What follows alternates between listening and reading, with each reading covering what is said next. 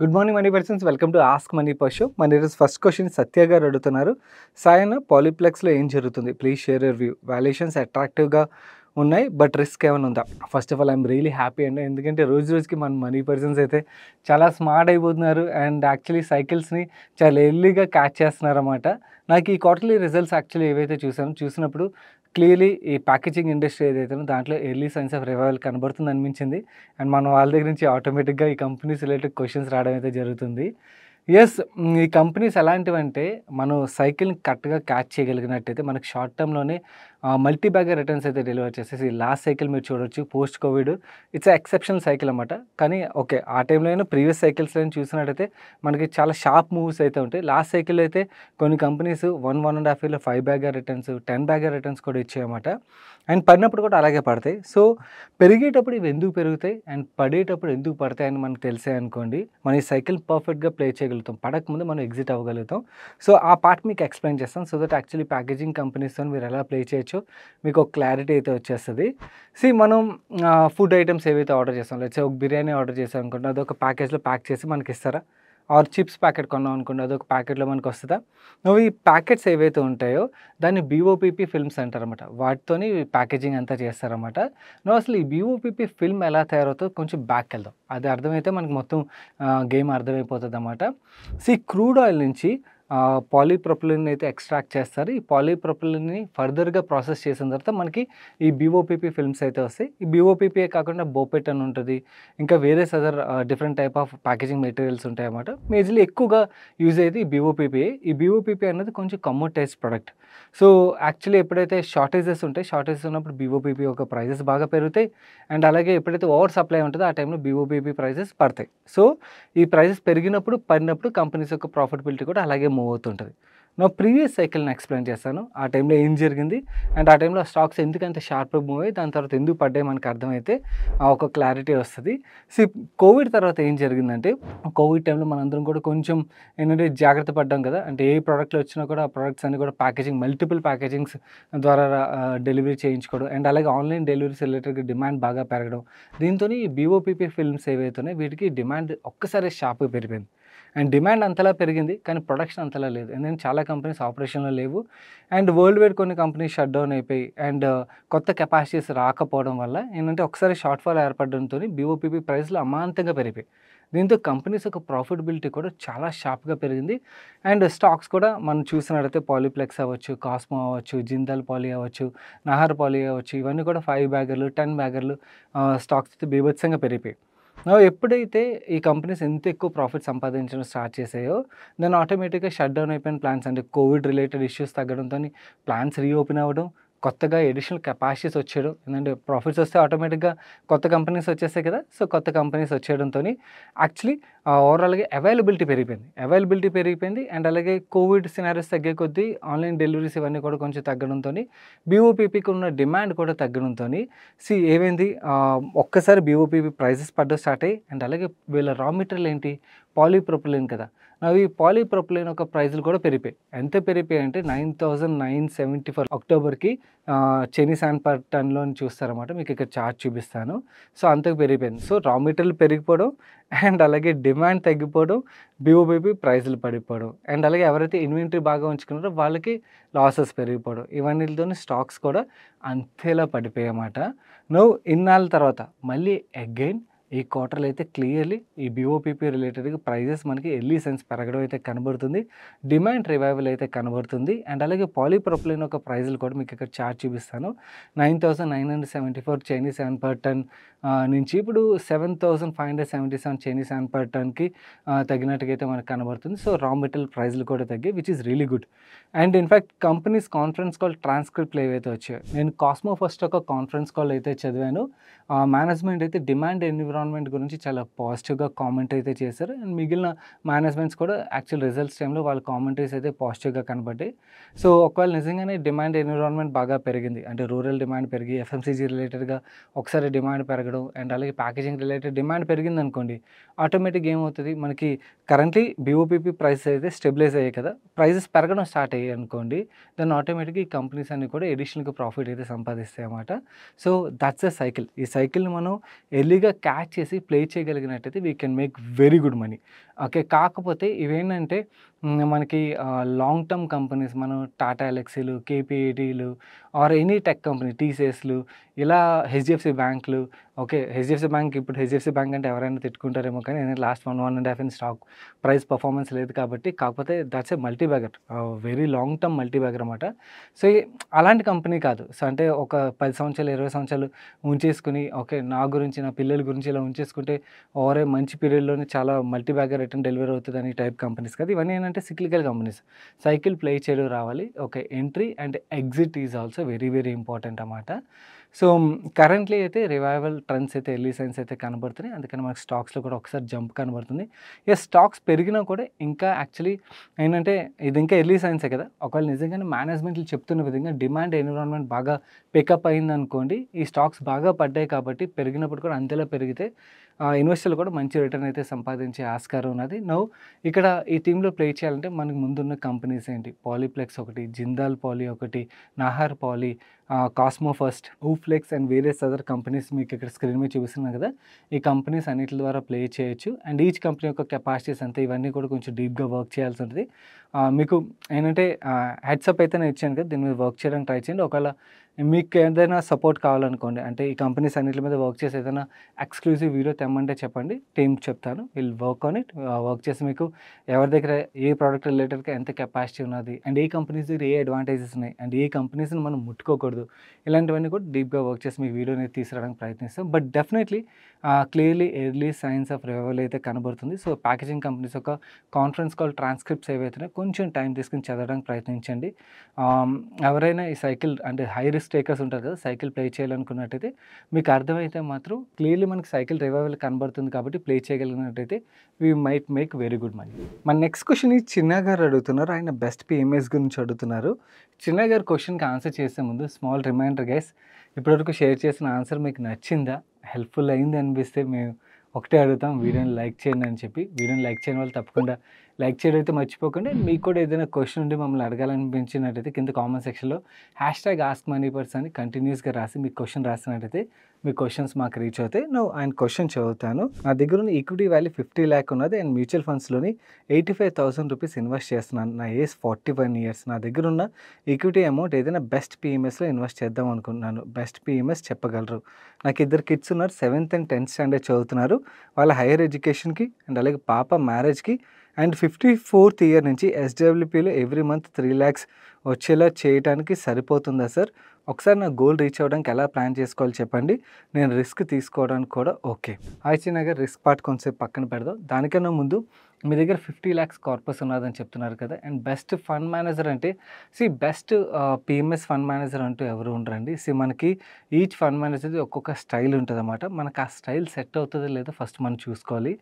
నీల్ బెహెల్ ఉన్నారు, మన channel interview చేసాం. ఆయన స్పెషల్ సిట్యుయేషన్స్‌తో ప్లే చేస్తారు. కొంచెం రిస్కీ ఉంటది అండ్ రిటర్న్ కూడా అలాగే ఉంటది. అండ్ సంబిత్ వర్తక్ ఉన్నారు. ఆయన స్మాల్ క్యాప్స్‌తో ప్లే చేస్తుంటారు. అండ్ ఆదిత్య కెమ్కా ఉన్నారు. ఆయన ఫార్మా రిలేటెడ్‌గా స్పెషలిస్టు. అండ్ అంబిట్ క్యాపిటల్ వాళ్ళని ఇంటర్వ్యూ చేసాం. వాళ్ళేంటంటే కొంచెం వరకు కన్జర్వేటివ్‌గా లార్జ్ క్యాప్స్‌తో ప్లే చేస్తారు. మల్టీ క్యాప్ అప్రోచ్ ఎక్కువగా వాళ్ళదుంటది. నిషిత్ షా ఫిలిప్ క్యాపిటల్ ఆయన ఇంటర్వ్యూ చేసాం. ఆయన ఏంటంటే క్వాలిటీ కంపెనీస్, ఎంఎన్‌సి కంపెనీస్‌తో ప్లే చేస్తారు. సో, మనకి ఎవరి స్టైల్ సెట్ అవుతదన్నది చూసుకోవాలన్నమాట. కొంతమంది ఫండ్ మేనేజర్స్ కొన్ని సైకిల్స్‌లో బాగా పర్ఫార్మ్ చేస్తారు. కొన్ని సైకిల్స్‌లో అండర్ పర్ఫార్మ్ చేస్తారు.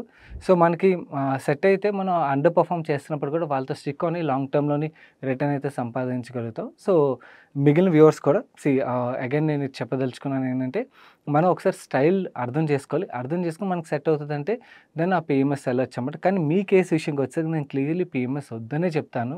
ఎందుకు పీఎంఎస్ వద్దని చెప్తానంటే, పీఎంఎస్ ఎవరికంటే ఎవరి దగ్గరైతే ఒక 2,00,00,000 కార్పస్ దాని పైన ఉంటదో వాళ్ళు పీఎంఎస్‌కెళ్ళొచ్చు. ఎందుకంటే ఒక 50 lakhs పెట్టారనుకుందాం.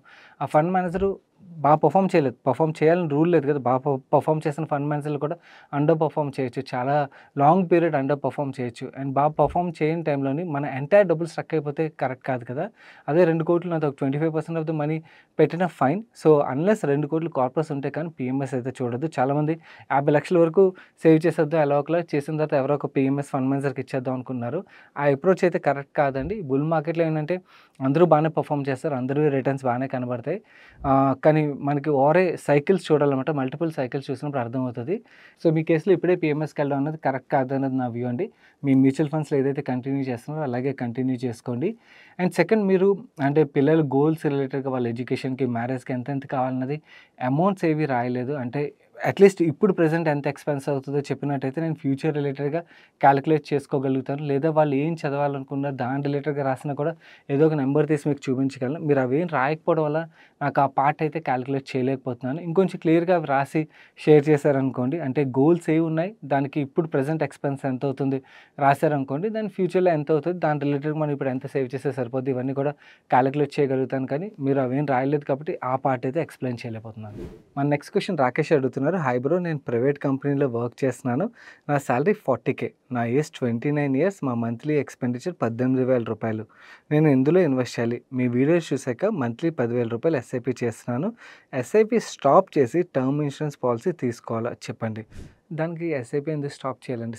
మీ 40,000 సాలరీ అంటున్నారు కాబట్టి ఈ ఐడియల్లీ 40-50,000 సాలరీడ్ పీపుల్ ఎలా ప్లాన్ చేసుకోవాలో ఒక క్రక్స్ అయితే చెప్తాను. దాన్ని బట్టి మీరు ప్లాన్ చేసుకోవచ్చు. ఫస్ట్ నా సజెషన్ ఏంటంటే ఒక టర్మ్ ప్లాన్ అయితే కంపల్సరీ ఉండాలి. టర్మ్ ప్లాన్ మీ ఏజ్ 29 ఇయర్స్ కాబట్టి ఈ ఏజ్ గ్రూప్‌లో ఉన్న వాళ్ళకి ఒక రూ. 1,000 నుంచి రూ. 2,000 మంత్లీ పడతది. రూ. 1,00,000 కూడా అంతకు మించి అయితే పడకపోవచ్చు. ఇంకా తక్కువే పడతది. సో, రూ. 1,000 అనుకోండి. అది టర్మ్‌కెళ్ళిపోయింది అనుకుందాం. మీరు 18,000 ఎక్స్‌పెన్స్ అంటున్నారు కదా! అంటే మీ దగ్గర ఒక 22,000 అయితే మిగులుతది.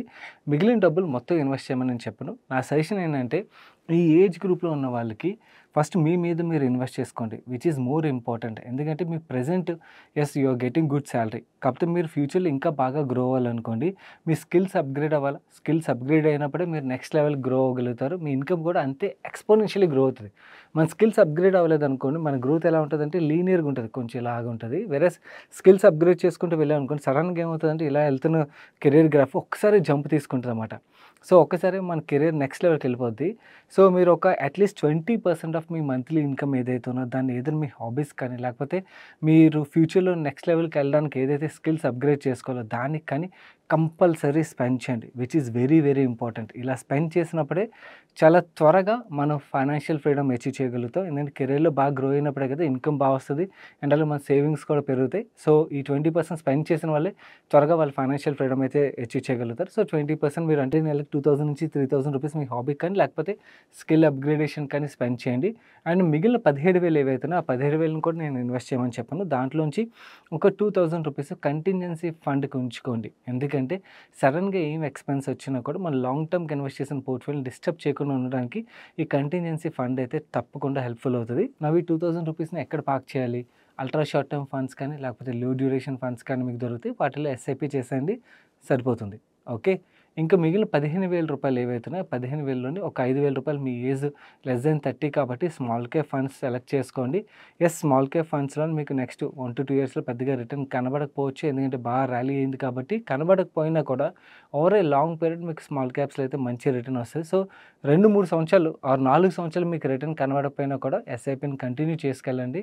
ఎందుకంటే ఈ టైంలో ఒకవేళ ఫాల్ వచ్చిందనుకోండి, నెగెటివ్ రిటర్న్ ఉన్నదనుకోండి, అయినా కూడా వరీ అవ్వద్దు. ఇన్‌ఫాక్ట్ మీకు యూనిట్స్ అనేవి ఎక్కువగా అక్యుములేట్ అవ్వడం స్టార్ట్ అవుతది. నెక్స్ట్ సైకిల్‌లో పెరిగినప్పుడు you will make lot of money. Okay. Next ఇంకొక రూ. 10,000 ఏవైతే ఉన్నాయో వాటిని flexi cap or multi cap ఫండ్స్‌లోని ఒక 2, 3 ఫండ్స్ సెలెక్ట్ చేసుకొని వాటిల్లోని ఇన్వెస్ట్ చేయండి సరిపోతది. అంతే. సింపుల్ ఫైనాన్షియల్ ప్లాన్ అన్నమాట. ఓకే. హెల్త్ ఇన్సూరెన్స్ పార్ట్ అంటారా? ఆల్రెడీ మీ కంపెనీ కవర్ చేస్తున్నట్టయితే ఫైన్. లేదంటే హెల్త్ ఇన్సూరెన్స్ కూడా తప్పకుండా తీసుకోవాలి. సో, ఈ ఎస్ఐపి పార్ట్‌లో ఏదైతే మంత్లీ ప్రీమియం హెల్త్ ఇన్సూరెన్స్‌కెళ్తదో అంతవరకు తగ్గించుకొని మిగిలిన డబ్బులు ఏవైతే వాటిని ఫ్లెక్సీ క్యాప్ ఆర్ మల్టీ క్యాప్‌లో పెట్టుకొని సరిపోతుందన్నమాట. సో, మిగిలిన వ్యూవర్స్ కూడా మీరు కూడా ఈ ఏజ్ బ్రాకెట్‌లోని అండ్ ఈ ఇన్‌కమ్ బ్రాకెట్‌లో ఉన్నట్టయితే మాత్రం తప్పకుండా ఇవైతే ఫాలో అవ్వండి. ఎస్పెషల్లీ అన్నిటికన్నా నా strongest recommendation 20% of your income మీ స్కిల్ అప్‌గ్రేడేషన్‌కి స్పెండ్ చేయండి. అప్పుడే మీరు కెరియర్‌లో ఫాస్ట్‌గా గ్రో అవుతారు. అండ్ దీని యొక్క వాల్యూ మీరు ఒక 10, 15 సంవత్సరాలు అయిన తర్వాత తెలుస్తదన్నమాట. నేను ఎందుకు చెప్తున్నా అన్నది. అండ్ ఎవరైనా సీనియర్ పీపుల్ ఉన్నట్టయితే వీడియో చూసిన వాళ్ళు మీ ఎక్స్‌పీరియన్స్‌ని కింద కామెంట్ చేయండి. సో దట్ యంగ్ వ్యూవర్స్ ఎవరైతే ఉంటారో వాళ్ళకి హెల్ప్‌ఫుల్ అవుతుంది. My next question సోయబ్ అడుగుతున్నారు. Can you please share your view on toy manufacturing industry? Indian government trying to reduce dependency with China and giving schemes to companies to manufacture in India itself. You are right అండి. Toy manufacturing related government చాలా push చేస్తుంది. In fact actually toy industry అయితే చాలా బాగా grow అవుతుంది. మన Indian మార్కెట్‌లోనే కాదు, ఈవెన్ టాయ్స్ ఎక్స్‌పోర్ట్స్ కూడా మన ఇండియా నుంచి అయితే బాగా గ్రో అవుతున్నాయి. కానీ ప్రాబ్లమ్ ఏంటంటే ఇండస్ట్రీతో ప్లే చేయాలంటే మనకి లిస్టెడ్ స్పేస్‌లోని కంపెనీస్ లేవు. ఒక చిన్న కంపెనీ ఉన్నది. కానీ మేనేజ్మెంట్ యొక్క క్వాలిటీ చాలా వీక్. అండ్ సెకండ్ ఇంకేమన్నా బెటర్ కంపెనీ ఉన్నదంటే రీసెంట్‌గా ఐపీఓ వచ్చింది కదా! First cry. వాళ్ళు కూడా టాయ్స్ సెల్ చేస్తారు కాబట్టి ఇండస్ట్రీ త్రూ ఆ కంపెనీ త్రూ ప్లే చేయొచ్చు. కానీ valuations is a concern. So, investment పరంగా మనం చూడాలంటే ఏమైనా ప్రైవేట్ కంపెనీస్ మనకి బాగా తెలిసిన మేనేజ్మెంట్స్ ఉండి వాళ్ళ త్రూ ప్లే చేయాలంటే ప్లే చేయొచ్చే తప్పించి మనకి లిస్టెడ్ స్పేస్‌లో అయితే ప్లే చేయడానికి స్కోప్ చాలా తక్కువున్నది. ఏమన్నా మంచి ఐపీఓస్ వస్తే బావుండు. బట్ అట్ దిస్ మూమెంట్ అయితే మాత్రం ఫస్ట్ క్రై తప్పించి ఇంకేం బెటర్ ఆప్షన్స్ అయితే కనపడట్లేదు. ఈవెన్ ఫస్ట్ క్రై కూడా వాల్యుయేషన్స్ పరంగా కొంచెం ఎక్స్‌పెన్సివ్‌గా ఉన్నదన్నది గుర్తుంచుకోండి.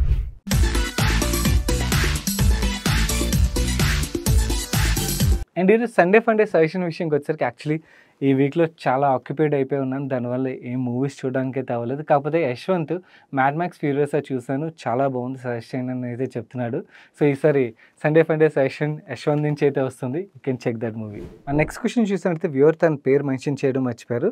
తన క్వెషన్ విషయంకి వచ్చేసరికి I'm following channel from 2020 made good profits in lot of your suggestions like tips Tata Elxsi and started financial planning only after watching your videos. Such a honest service. Thank you once again. Most welcome అండి. And తన questions 2 questions ఉన్నాయి. ఒకటి one of my staff sister asked me to suggest for parking 2 lakh rupees for 5 years for her son's education later. My idea is to park 1 lakh in NSE and 1 lakh in index funds. Is it okay or is there any better idea? No అండి, perfectly okay. You have suggested really well అండి. So, వాళ్ళకి అసలు idea ఉండదు కాబట్టి ఈ 2 products better అవుతాయి. And ఆయన second question ఏంటంటే I made 38% return on banking thing after watching your video in past. My question is shall I continue the SIP in banking fund or exit and enter an infra fund as next 5 years could be good for infra and power sector, or shall I continue banking fund and start infra fund now? My choice for infra fund is Invesco infra fund based on portfolio and risk return ratio when compared to quant infra fund. Please suggest. Okay, మీరు banking ఫండ్లో 38% return వచ్చింది అన్నారు కదా, which is good return. కానీ banking స్టాక్స్లో actually ఇంకా rally అవ్వలేదు. మనకి గ్రోతే ట్రిగ్గర్ అవ్వట్లేదు కదా. బ్యాంకింగ్ స్టాక్స్లో మనకి గ్రోత్ ఎప్పుడు ట్రిగ్గర్ అవుతుంది అంటే డిపాజిట్ బుక్లో కూడా గ్రోత్ వచ్చినప్పుడు అనమాట. కరెంట్లీ డిపాజిట్ బుక్ని గ్రోత్ చేయడానికి మోస్ట్ ఆఫ్ ద బ్యాంక్స్ అయితే స్ట్రగుల్ అవుతున్నాయి. ఎందుకంటే most of the investors equities వైపు ఇంట్రెస్ట్ చూపిస్తున్నారు, లేదా ఆల్టర్నేట్ ప్రొడక్ట్స్ వైపు ఇంట్రెస్ట్ చూపిస్తున్నారు. దానివల్ల డిపాజిట్స్ అయితే పెద్దగా రావట్లేదు. అంటే డిపాజిట్ బుక్లో గ్రోత్ అయితే పెద్దగా రావట్లేదు. లెట్స్ సే మార్కెట్లో ఒక మ్యాసివ్ ఫాల్ వచ్చింది అనుకుందాం, ఆర్ బాగా వాలటాలిటీ వచ్చి పేషెన్స్ టెస్ట్ చేసింది అనుకుందాం, ఆటోమేటిక్గా మనకి ఈక్విటీస్ వైపు ఏదైతే మనీ వస్తుందో అదంతా కూడా నెమ్మదిగా ఎఫ్డీల్లోకి అయితే మూవ్ అయిపోవడం స్టార్ట్ అవుతుంది. అండ్ చాలామందికి అసలు వాలటాలిటీ ఏవి అర్థం కాకుండా ఇన్వెస్ట్ చేస్తూ ఉంటారు. మెజారిటీ ఆఫ్ దెమ్, అంటే మన వ్యూవర్స్ గురించి మాట్లాడలేదు, మార్కెట్లో ఓవరాల్గా చూసినట్టయితే మెజారిటీ ఆఫ్ దెమ్ వాళ్ళకి నాలెడ్జ్ ఉండదు. ఎవరో చెప్పారు లేదా ఎక్కడో ఏదో చూసామని చెప్పి ఇన్వెస్ట్ చేసేస్తారు. ఒక 1-2 ఇయర్స్ రిటర్న్ రాలేదనుకోండి, పేషెన్స్ టెస్ట్ అయిపోయి వాళ్ళు డబ్బులు తీసేసి మళ్ళీ అగైన్ ఎఫ్డీలో పెట్టేస్తారు. నాకు ఇంట్రెస్ట్ కోల్పోయింది, ఈ పీరియడ్లో ఇంట్రెస్ట్లో బ్యాంక్లో పెట్టిన ఇంట్రెస్ట్ వచ్చేసేది కదా అని చెప్పి. సో అగైన్ అక్కడ డిపాజిట్ బుక్లో అయితే మనం గ్రోత్ చూడొచ్చు అన్నమాట. డిపాజిట్ బుక్ గ్రో అవుతుంది అనుకోండి, యాక్చువల్లీ బ్యాంకింగ్ స్టాక్స్లో మనం మంచి రిటర్న్ చూడొచ్చు. అండ్ ఇన్ఫాక్ట్ యాక్చువల్లీ మీకు ఇన్ఫ్రా ఆర్ పవర్ సెక్టర్ ఇలాంటి సెక్టర్స్ బాగా గ్రో అవ్వాలనుకోండి, వాటితో పాటు బ్యాంకింగ్ కూడా గ్రో అవ్వాలి. ఎందుకంటే ఇవన్నీ కూడా హై క్యాపెక్స్ ఇండస్ట్రీస్ కదా. ఈ కంపెనీస్ అన్నీ కూడా అప్పులు తీసుకోకుండా వాళ్ళ బిజినెస్ని అయితే నెక్స్ట్ లెవెల్ గ్రో చేయడం అనేది కష్టం అవుతుంది అనమాట. సో బ్యాంకింగ్ సెక్టర్లోని మనకి అడ్వాన్సెస్ బుక్లో అయితే మాత్రం మంచి గ్రోత్ ఎక్స్పెక్ట్ చేయొచ్చు, ఇన్ఫ్రా రిలేటెడ్గా గ్రోత్ ఉన్నట్టయితే. So banking is indirect play. Infra growth వచ్చినట్టయితే సో ఇండైరెక్ట్గా బ్యాంకింగ్ సెక్టర్ ద్వారా కూడా ప్లే చేయొచ్చు అనమాట. సో బ్యాంకింగ్ సెక్టర్ని టచ్ చేయడం కరెక్ట్ కాదన్నది నవి ఈ వాల్యుయేషన్లో. ఇన్ఫాక్ట్ ఇన్వెస్ట్మెంట్స్ కంటిన్యూ చేయడం వుడ్ బి బెటర్ ఆప్షన్ అవుతుందండి. మీ రిస్క్ అప్టైట్ని కూడా చూసుకోండి. పవర్ వైపు చూడడంలో తప్పు లేదు, ఎందుకంటే పవర్ సెక్టర్లోని క్లియర్లీ డిమాండ్ అయితే కనబడుతుంది. కాకపోతే పవర్ రిలేటెడ్గా ఆల్రెడీ మంచి ర్యాలీ అయిపోయింది. సో మీకు ఇక్కడ నుంచి లాస్ట్ టైం చూసిన ర్యాలీ అయితే ఉండకపోవచ్చు. You might make good money, but అంత మ్యాసివ్ రిటర్న్స్ అయితే ఉండకపోవచ్చు. అది గుర్తుంచుకోండి. ఇక్కడ నుంచి స్లో గ్రోత్ ఉంటుంది అన్నమాట. బిజినెస్ గ్రోత్ కొద్దీ మీకు స్టాక్స్లో పర్ఫార్మెన్స్ ఉంటుంది. ముందు మనం చూసిన ర్యాలీ ఏంటంటే మార్కెట్ కంప్లీట్లీ ఇగ్నోర్ చేస్తుంది కాబట్టి ఆ వాల్యుయేషన్ రీరేటింగ్ ఏదైతే ఉన్నదో అది మనం చూస్తాం. ఇక్కడ నుంచి ఓన్లీ బిజినెస్ లెడ్ గ్రోత్ మాత్రమే మనకి స్టాక్ ప్రైస్లో కనబడుతుంది. నెక్స్ట్ క్వశ్చన్ ఈ శ్రీరామ్ గారు అడుగుతున్నారు. Thanks for the knowledge sharing. I love your timely thematic or sector videos which will help us with great content. I invested in equities and a regular SIP in mutual funds. I invest in equities and also doing regular monthly SIPs in mutual funds. I can increase another 15,000 rupees per month.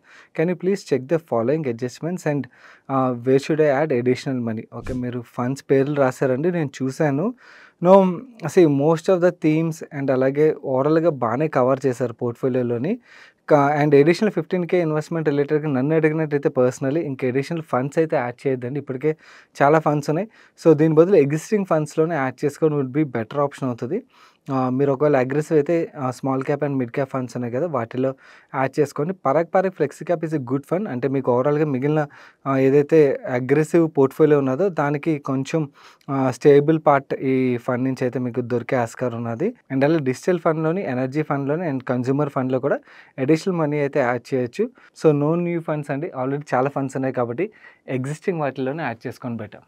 My next question, Raja అడుగుతున్నారు. After watching your term insurance video, I took 1 crore term insurance from ICICI Prudential by a policy buzzer. I opted MWPA Act. I chose my son as a nominee with 100%. Recently, we blessed with second baby boy. Now I want to include my younger son as a nominee for 50% nomination, and I have sent email to ICICI to update my nominee details, but I got a response from ICICI saying that with regards to your concern pertaining to change of nominee details, we hereby inform you that as per our records, the above mentioned policy is under MWPA, hence we are unable to comply with the request. Furthermore, we would like to inform you that as per our records, the above mentioned policy is covered under MWPA, hence the policy benefits will be paid to. Please let me know how can I include my younger son. Hi Raja గారు, మీరు unnecessary stress తీసుకుంటున్నారు. ఇవన్నీ చేయాల్సిన అవసరం లేదండి. ఒకసారి పాలసీని MWPAలో తీసుకున్నట్టయితే ఆటోమేటిక్గా మీ వైఫ్ ఎవరైతే ఉన్నారో ఆవిడ సోలో బెనిఫిషరీ అవుతారన్నమాట. నామినేషన్ మీరు ఇవన్నీ చేంజ్ చేసినా ఆర్ ఎక్కడైనా రాసినా కూడా అవేవి ఈ పాలసీకి అప్లికబుల్ అవ్వమాట. So MWPA is an act. Married women ఎవరైతే ఉంటారో వాళ్ళకి ప్రొటెక్ట్ చేయడం గురించి తీసుకొచ్చిన యాక్ట్ కాబట్టి ఆవిడ సోలో బెనిఫిషరీ అవుతారు. అండ్ మీ ఫ్యామిలీకి ఆ డబ్బులన్నీ చెందుతాయి కాబట్టి మీరు నామినేషన్ రిలేటెడ్గా వరి అవ్వద్దు. మీ మిగిలిన అతర అసెట్స్ ఏవైతే ఉంటాయో వాటిని ఒకవేళ మీ సన్స్ రిలేటెడ్గా మీరు డిస్ట్రిబ్యూట్ చేయాలనుకున్నట్టయితే నామినేషన్ రిలేటెడ్ డిస్ట్రిబ్యూషన్ కన్నా కూడా చాలామంది ఈ నామినేషన్ రిలేటెడ్ డిస్ట్రిబ్యూషన్ గురించి ఆలోచిస్తారు, విచ్ ఈజ్ నాట్ రైట్. దానికన్నా కూడా మీరు వీలునామా ద్వారా డిస్ట్రిబ్యూషన్ ప్లాన్ చేయండి. That would be the best option అవుతుంది. My next question, Vinish గారు అడుగుతున్నారు. I have one question related to investment in non-listed company like Swiggy. Recent టైంలో చాలా బజ్ అవుతుందండి. What are the platforms using which we can invest in non-listed companies like Lenskart and Swiggy? I heard that Incred Money is one such platform through which we can invest in such companies. Can you please let me know if that is reliable and if our funds would be secured if I invest through that platform? If not, are there any other platforms through I can invest in Swiggy? Valuation looks reasonable compared to Zomato. I'm looking to invest in it. Vinish గారు, నా personal experience ప్రకారం ఈ unlisted స్పేస్లోని మనం participate చేయాలంటే multiple వేస్లో participate చేయొచ్చు. ఒకటి, మనకి online platforms ఏవైతే ఇప్పుడు అవైలబుల్గా ఉన్నాయో వాటి ద్వారా పార్టిసిపేట్ చేసే ఆప్షన్ అయితే చాలా కంపెనీస్ ప్రొవైడ్ చేస్తున్నాయి. దీని గురించి మాట్లాడుకుందాం. అండ్ ఇది కాకుండా మనకి అదర్ ఆప్షన్స్ ఏంటంటే ఏఎఫ్స్ ఉంటాయన్నమాట. అంటే ఆల్టర్నేటివ్ ఇన్వెస్ట్మెంట్ ఫండ్స్ ఏవైతే ఉన్నాయో ఈ ఫండ్స్ అన్నీ కూడా ఏంటంటే అన్లిస్టెడ్ కంపెనీస్ అంటే ప్రీ ఐపీఓ కంపెనీస్ ఏవైతే ఉన్నాయో వాటిని ఫస్ట్ రౌండ్లోనే ఎంటర్ అయిపోతారన్నమాట. దాని తర్వాత కంపెనీస్ అన్నింటినీ కొంచెం బెటర్ చేస్తారు. కంపెనీస్ కొంచెం గైడెన్స్ ఇచ్చి వాళ్ళని ఐపీఓకి తీసుకొచ్చి ఐపీఓ తర్వాత వాళ్ళు ఎగ్జిట్ అవుతారు. This is another option. ఇంకొక ఆప్షన్ రీసెంట్ టైంలో ఏం జరుగుతుందంటే ఒక హెచ్ఎన్ఎస్ ఎవరైతే ఉంటారో ఈ హెచ్ఎన్ఎస్ అందరినీ కంపెనీస్ అప్రోచ్ అవుతున్నాయి అన్నమాట. అంటే ఎస్ఎంఈ కంపెనీస్ ఎస్పెషలీ వాళ్ళ కంపెనీని ఐపీఓకి నెక్స్ట్ 1 to 2 years తీసుకురాకముందే హెచ్ఎన్ఎస్ నుంచి క్యాపిటల్ రైజ్ చేసి దాని ద్వారా బిజినెస్ని బాగా గ్రో చేసుకుని ఐపీఓకి వచ్చి దాని తర్వాత ఎగ్జిట్ ఆప్షన్ అయితే హెచ్ఎన్ఏ ఇన్వెస్టర్స్కి ఇస్తున్నారు. సో ఈ రెండు ఆప్షన్స్ ఏవైతే ఉన్నాయో ఇక్కడ డబ్బులు అయితే సంపాదించగలుగుతాం. ఈ రెండింటి గురించి తర్వాత మాట్లాడుకుందాం. మనకి అదర్ ఆప్షన్ అంటే ఆన్లైన్ ప్లాట్ఫామ్ ద్వారా ఇన్వెస్ట్ చేసే ఆప్షన్ ఏదైతే అవైలబుల్ ఉన్నదో అన్లిస్టెడ్ స్టాక్స్లో ఇక్కడ కంప్లీట్లీ ఇగ్నోర్ కొట్టండి. ఎందుకంటే ఇక్కడ ఏం జరుగుతుందంటే already fully priced or over ప్రైస్లోనే మీకు అమ్ముతారు. ఓకే, నా పర్సనల్ ఎక్స్పీరియన్స్ అండ్ దాని తర్వాత నేను రీసెర్చ్ చేసిన దాని ప్రకారం అన్లిస్టెడ్ స్పేస్లో ఇన్వెస్ట్ చేసిన ఇన్వెస్టర్స్ ఎవరు కూడా డబ్బులు సంపాదించింది లేదు. ఎందుకంటే మోస్ట్ ఆఫ్ ద కేసుల్లోని ఆ కంపెనీలు ఐపీఓకి వచ్చినప్పుడు అన్లిస్టెడ్ స్పేస్లో ఏదైతే ప్రైస్ కమ్మారో దానికన్నా తక్కువకి వచ్చిన సినారియోస్ చాలా ఉన్నాయి. ఆర్ ఎట్ పార్లో వచ్చిన సినారియోస్ కూడా ఉన్నాయి. ఎట్ పార్లో వచ్చినా కూడా విల్ నాట్ మేక్ మచ్ కదా. అండ్ అంత రిస్క్ తీసుకోవాల్సిన అవసరం ఉంది. అంటే మీరు అన్లిస్టెడ్ స్పేస్లో పార్టిసిపేట్ చేశారు, కంపెనీ ఒక 2-3 years ఐపీఓకి రాలేదు, రాని పక్షంలో మీకు పెద్దగా రిటర్న్ కూడా రాలేదనుకోండి, there is no point in taking that risk కదా. ఎండ్ ఆఫ్ ది డే మన మోటివ్ ఏంటి ఏంటి? ఇక్కడ పార్టిసిపేట్ చేసి డబ్బులు సంపాదించాలని కదా! సో, మనకి లిస్టెడ్ స్పేస్‌లో ఇంకా బెటర్ ఆపర్చునిటీ దొరుకుతది కాబట్టి ఇక్కడైతే కంప్లీట్‌లీ ఇగ్నోర్ కొట్టండి. మీరు అన్‌లిస్టెడ్ స్పేస్‌లో పార్టిసిపేట్ చేయాలంటే నా సజెషన్ ఏంటంటే ఏఎఫ్ రూట్‌లో పార్టిసిపేట్ చేయడం వుడ్ బి బెటర్ ఆప్షన్ అవుతది. కాకపోతే ఏఎఫ్‌లో సెబీ రూల్ ప్రకారం మినిమమ్ రూ. 1,00,00,000 అయితే ఇన్వెస్ట్ చేయాలి. సో, రూ. 1,00,00,000 ఉన్నాయి కదా అని చెప్పి ఏఎఫ్‌లో పెట్టేయాలంటే నో కాదు. మీ దగ్గర ఒక 5, 6 కోట్ల నెట్ వర్త్ ఉన్నట్టయితే ఒక రూ. 1,00,00,000 మీరు ఆలోచించొచ్చు. అలా కాకుండా ఓన్లీ రూ. 1,00,00,000 ఉన్నట్టయితే మాత్రం ఆల్టర్‌నేటివ్ ఇన్వెస్ట్‌మెంట్ ఫండ్స్ వైపు చూడకండి. కానీ this is good option where you can make money. ఎందుకంటే ఫండ్ మేనేజర్స్ బార్గెనింగ్ పవర్ ఉంటది వాళ్ళ దగ్గర. వాళ్ళు కంపెనీస్ యొక్క వాల్యుయేషన్‌ని వాళ్ళు బార్గెయిన్ చేస్తారు. ఓకే. చేసిన తర్వాత వాళ్ళు ఫస్ట్ రౌండ్‌లో ఎంటర్ అయిన తర్వాత కంపెనీస్‌ని చాలా వరకు బెటర్ చేస్తారు అండ్ కంపెనీని గైడ్ చేస్తారు. అండ్ అలాగే వాళ్ళకి ప్రెజెన్స్ కూడా బిల్డ్ చేస్తారు మార్కెట్‌లోని. ఇవన్నీ చేసిన తర్వాత ఐపీఓస్ తీసుకొస్తారనమాట. సో, దానివల్ల ఏంటంటే ఒక్కసారే కంపెనీ యొక్క వాల్యుయేషన్ కూడా ఒక 2x sales are 1.5x sales నుంచి 5x, 6x సేల్స్‌కి తీసుకెళ్తారు. లేదా కంపెనీస్ యొక్క నంబర్స్ కూడా అంతేలా గ్రో అవుతాయన్నమాట. ఎందుకంటే వీళ్ళు ఫండింగ్ ఇవ్వడంతో కంపెనీస్ కూడా గ్రో అయ్యే పొటెన్షియల్ పెరుగుతది. వాళ్ళ టాప్ లైన్ ఎప్పుడైతే గ్రో అవుతదో సో, ఆటోమేటిక్‌గా వాల్యుయేషన్ మల్టిపుల్ కూడా గ్రో అవుతది కాబట్టి ఈ ఫస్ట్ ఎంట్రీ ఏదైతే ఉన్నదో these guys will make money. Or మీ దగ్గర హెచ్ఎన్ఐ నెట్వర్క్ ఉన్నది అండ్ కంపెనీస్‌ని అప్రోచ్ అవ్వగలిగినట్టయితే ఎస్ఎంఈస్ కంపెనీస్ ఏవైతున్నాయో ఇక్కడ కూడా మంచి ఆపర్చునిటీ అయితే దొరుకుతుంది. కానీ రిస్క్ అయితే ఉంటది. రిస్క్ ఏంటంటే మీరు ఇన్వెస్ట్ చేసిన తర్వాత ఆ కంపెనీ ఐపీఓకి రాకపోవచ్చు. మేనేజ్మెంట్ ఆ డబ్బుల్ని వాళ్ళు మిస్‌యూజ్ చేయొచ్చు. ఇలాంటి రిస్క్‌లన్నీ ఉంటాయి. సో, అవన్నీ కూడా కొంచెం జాగ్రత్తలైతే తీసుకోవాల్సి ఉంటది. అవన్నీ తీసుకున్న తర్వాత డబ్బులు సంపాదించగలమంటే ఈ 2 కేసుల్లో సంపాదించగలమే తప్పించి ఇక్కడ అన్‌లిస్టెడ్ ఆన్‌లైన్ మార్కెట్ ఏదైతే ఉన్నదో ఇక్కడ మాత్రం చాలామంది చిన్న ఇన్వెస్టర్లు అట్రాక్ట్ అవుతున్నారు. Please don't get attracted. ఇక్కడ you will not make money. Unnecessarily మీ డబ్బులైతే స్టక్ అయిపోతాయి. మన నెక్స్ట్ క్వెషన్ రాకేష్ గారు అడుగుతున్నారు. I would like to get your suggestion on PNB, MetLife, small cap, wealth multiplier ULIP. Is it worth considering for investment? Hi Rakesh గారు. First అసలు మనం ఈ ప్రొడక్ట్‌ని ఇలా చూడకూడదు. చాలామంది ఇప్పుడు రీసెంట్ టైమ్‌లో ఏమవుతుందంటే సోషల్ మీడియాలో కూడా వీటిని మ్యూచువల్ ఫండ్స్ టైప్‌లోని యూలిప్స్‌ని అయితే ఆ లోపల ఉన్న ఫండ్స్ ఏవైతే ఆ ఫండ్స్ పేర్లు చెప్పి ఆ ఫండ్స్ ఒక రిటర్న్ చూపించి వాటి రిలేటెడ్‌గా ప్రమోషన్ అయితే నడుస్తుంది. నో.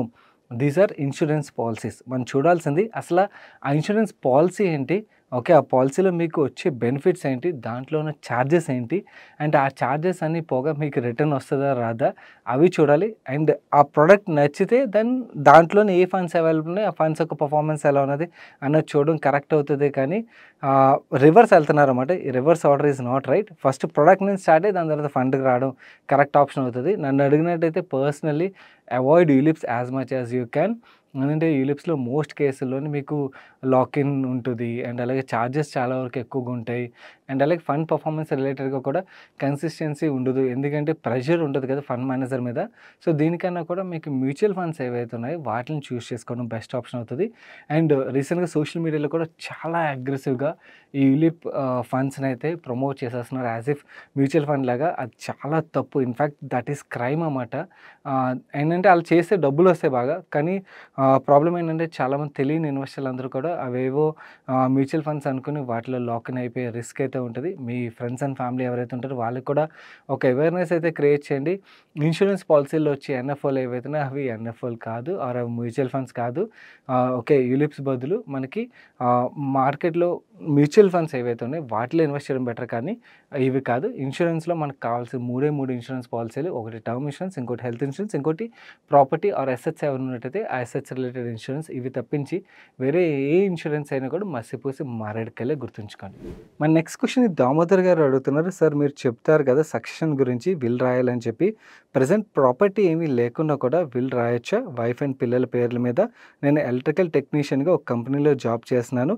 మీ ఛానల్ ఫాలో అయ్యి ఇన్వెస్ట్‌మెంట్ చేస్తున్నాను and health and term insurance కూడా తీసుకున్నాను. హాయ్ దామోదర్ గారు. మీరు అసెట్స్ లేకుండా విల్ రాయొచ్చా అంటే యెస్ రాయొచ్చండి. వీళ్ళలో మాత్రం మీ ఆస్తులు మాత్రమే కాదు మీ విష్‌లు ఏవైతే వాటిని కూడా పాస్ ఆన్ చేయొచ్చు. అంతవరకు ఎందుకు మీరు వేరియస్ ఇన్వెస్ట్‌మెంట్లు అయితే చేస్తున్నా అన్నారు. అండ్ అలాగే టర్మ్ ఇన్స్యూరెన్స్ తీసుకున్నా అన్నారు. దాని యొక్క డబ్బులు ఎవరికెళ్ళాలని చెప్పి మీరు వీలునామాలో రాయొచ్చు. ఆర్ ఫర్ ఎగ్జాంపుల్ మీ వాచ్ ఉన్నదనుకోండి. ఓకే. ఈ వాచ్ ఎవరికెళ్ళాలని చెప్పి వీలునామాలో మీ విష్ ఏదైతే ఉన్నదో దాన్ని రాయొచ్చు. ఆర్ చిన్న చిన్న వస్తువులైనా కూడా వీలునామాలో ఓన్లీ మనకి రియల్ ఎస్టేట్ ప్రాపర్టీ ఉంటేనే లేకపోతే పెద్ద అసెట్ ఉంటేనే వీలునామాలో ఇంక్లూడ్ చేయాలి. వీలునామా రాయాలని కాదు. ఒక పర్సన్ ఒక విష్ ఏదైతే ఉన్నదో తన తదనంతరం తన ఒక వస్తువులు ఏవైతే ఉన్నాయో తను కానివి రాస్తే అవ్వదు. అవి వీలునామాలో మనం వేరే వాళ్ళకి పాస్ ఆన్ చేయలేం కదా! మన వస్తువులు ఏవైతే ఉన్నాయో ఆర్ మన విష్‌లు ఏవైతే ఉన్నాయో అవి ఎవరికెళ్ళాలి అండ్ ఎలా వెళ్ళాలన్నది మీరు వీలునామా ద్వారా రాయొచ్చు అన్నమాట. కొంతమంది చాలా రిచ్ పీపుల్ ఏం చేస్తారనుకున్నారు, వాళ్ళ కాంటాక్ట్స్, వాళ్ళ నెట్వర్క్ ఏదైతే ఉందో దాన్ని ఎవరు యూజ్ చేయొచ్చు, వాళ్ళ మొబైల్ ఏదైతే ఉన్నదో దాన్ని ఎవరు యూజ్ చేయొచ్చు. ఇంకా ఇవన్నీ కూడా వీలునామాలో ఇంక్లూడ్ చేస్తుంటారన్నమాట. ఎందుకంటే వేరే ఇంకొక లెట్స్ సే ఒక సన్‌కి ఇచ్చారు, ఇంకో సన్‌కి ఇవ్వాలని లేదనుకోండి. అంటే వాళ్ళ దగ్గర నుంచి పెద్దగా ప్రొడక్టివిటీ ఆర్ ఫర్ ఎగ్జాంపుల్ వాళ్ళ దగ్గర నుంచి తన నెట్వర్క్ ఏదైతే ఉందో దాన్ని ఇంకా బెటర్ చేయలేడు అని అనుకున్నారనుకోండి, ఇంకొకరికి రాయాలనుకున్నట్టయితే హీ కెన్ రైట్ దట్ అన్నమాట. సో, దాన్ని యూజ్ చేసుకోవడం కంప్లీట్‌లీ.